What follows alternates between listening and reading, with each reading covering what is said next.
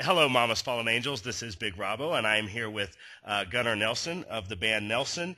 And we know Gunnar's very busy. We just want to jump right in and start talking about some things that are going on. And one of the main things that's going on with the Nelson brothers is our good buddies at Frontiers Records, who have done a great job at resurfacing a lot of our melodic rock that we love so much, and helping the bands get their old catalog out, and of course putting new records together. Want to talk about Before the Rain, Gunnar, and that is some demos, and most hardcore Nelson fans know about the record, of course, but I want to hit on everybody here just so they know.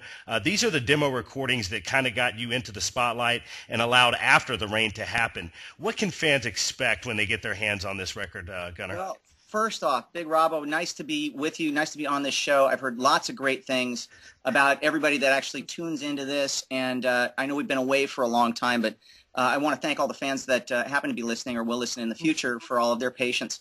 The records that Frontiers have put out, first off, I got to thank all the guys at Frontiers for doing exactly what you said. They are passionate about melodic hard rock. They've actually never waned in that passion, and they've actually turned that into a lot of support for bands that perhaps have not had the forum to be able to go out there and make current music. And they approached us and said, hey, we want to do 3 records. First one's going to be called Before the Rain.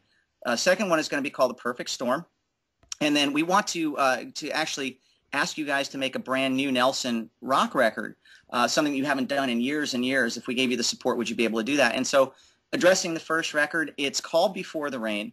And what it is a collection of not only the demos, the record quality demos. It's not stuff that was done on a 4-tracker at home. These are record quality demos that actually got us our recording contract with Geffen Records in the first place. Right. And you okay there? Yeah, I'm fine. I was agreeing. I was saying right, yep. Okay, I could hear you shake your head. These are the record quality demos that actually got us a record deal with Geffen Records in the first place. And it also has, I think, 8 additional tunes that were actually slated to be on the follow-up record to our After the Rain debut that actually didn't make it just because of time constraint.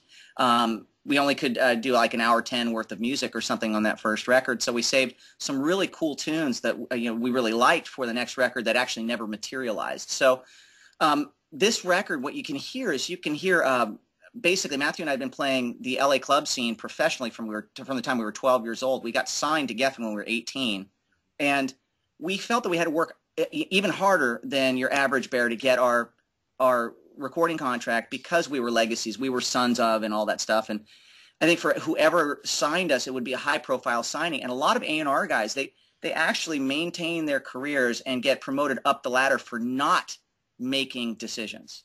I mean, an artist at a label, I mean, a guy who has got artistry basically going up the ladder at the label, you'll find that they're always present in the meetings, but they're never the ones that actually say, yes, this is my band and I believe in this. And they never put their heads on the chopping block. And it was very difficult for us to get signed because our dad was Ricky Nelson. They knew that there would be some built-in publicity behind the signing. And if it failed, it could be a career ender for a lot of people on the inside. So we had to make demos that were so strong, that were so ready to go, that it would be, in our opinion, undeniable. So that's what we did, and that's what you're going to hear on the Before the Rain record. You will hear the production of After the Rain, Love and Affection, More Than Ever, Only Time Will Tell, that basically translated later on. We went into the bigger studio after we got signed and re-recorded these things. But as far as the general production, you can hear how close they were. And I recall a couple years back, and the impetus for doing this record was I got my hands on one of my favorite bands of all time is Boston, and I got my hands on the original Boston demos. And I don't know how I got them. They were through friends of friends in the industry and such. But, I mean, to hear More Than a Feeling in its demo form was like the coolest thing in the world for me. I was a Power Boston fan. So it gave me kind of like this voyeuristic sort of inside look at the makings of one of my favorite bands and one of my favorite records. And we wanted to actually kind of offer the same opportunity for fans of that first record to do the same thing. Yeah, and I think about, well, certainly I parallel After the Rain and that first Boston record. I mean, you want to talk about hugely strong debuts. And when Gunnar talks about the process, I did a lot of research for this interview, was very excited about it. When Gunnar talks about the process they went through when they were signed with Geffen, I mean, you took time off specifically to learn the songwriting trade, Gunnar. That's something, I mean, we both know that hit songs can be written in a back alley. We know that hit songs can be written in a hotel room. But you and Matt actually went and learned the trade of songwriting, and I thought that was something that was very interesting and something that was very refreshing to learn about an artist. Well, thank you very much. Well, we actually were doubly blessed. One, we came from Rick Nelson, who had to learn how to write songs after he'd already sold 30 million records, and he went back to the drawing board. He had big hits in the 50s, our father did, and then he put together a band called the Stone Canyon Band where he was writing his own material at the suggestion of his friends like Bob Dylan and Paul McCartney. He started learning how to write tunes when the whole singer-songwriter thing was in vogue in the early 60s, and basically recreated a career for himself as a songwriter artist. When we were growing up, we had the benefit of always being encouraged to write, first and foremost, be songwriters. And our dad gave us very little advice, but that was one of the things that he was a stickler about. He just said, listen, if you're going to do what I'm doing for a living, be songwriters first and foremost, and save yourself a lot of heartache. And that's what we did. So, we started writing songs from the time we were very, very young. While the other high school bands were playing covers, we weren't. We were slogging it out with originals that, we thought were pretty good at the time. They actually really could have been a whole lot better. So we had the second blessing of getting signed by John David Kolodner at Geffen Records. And John, a legendary A&R guy and mentor. Absolute legend, I was going to say, just to second that, Gunnar. Yeah, this is a guy, I mean, he signed AC/DC, for crying out loud. Foreigner he signed. Whitesnake, Aerosmith. The guy actually has been at the helm of some amazing careers. And when we signed with John is incredibly hard to please. He's just a very, very difficult man to please, which puts you in a situation to do great work. He's like one of these guys, he's like a stern father. You know his track record, and you want to impress him. So the best way for me and Matthew to impress John was to come up with some songs that just knocked him on his ass.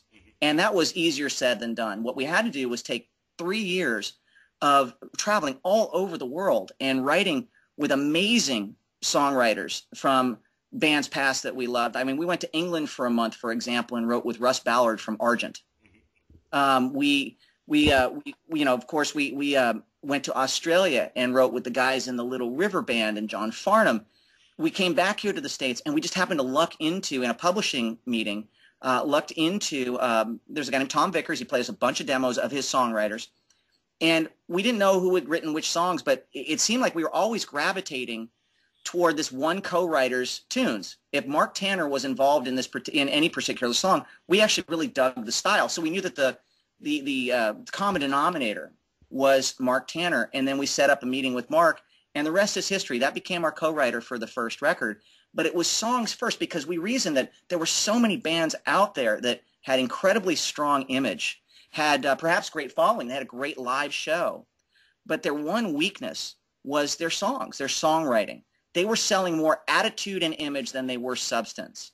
And Matt and I knew, because we had built-in image, built-in pedigree, that our songs had to be so strong that all the naysayers would not be able to say. The one thing they wouldn't be able to say in a perfect world was, well, it's too bad their songs suck. So that's what we focused on. We wanted to be a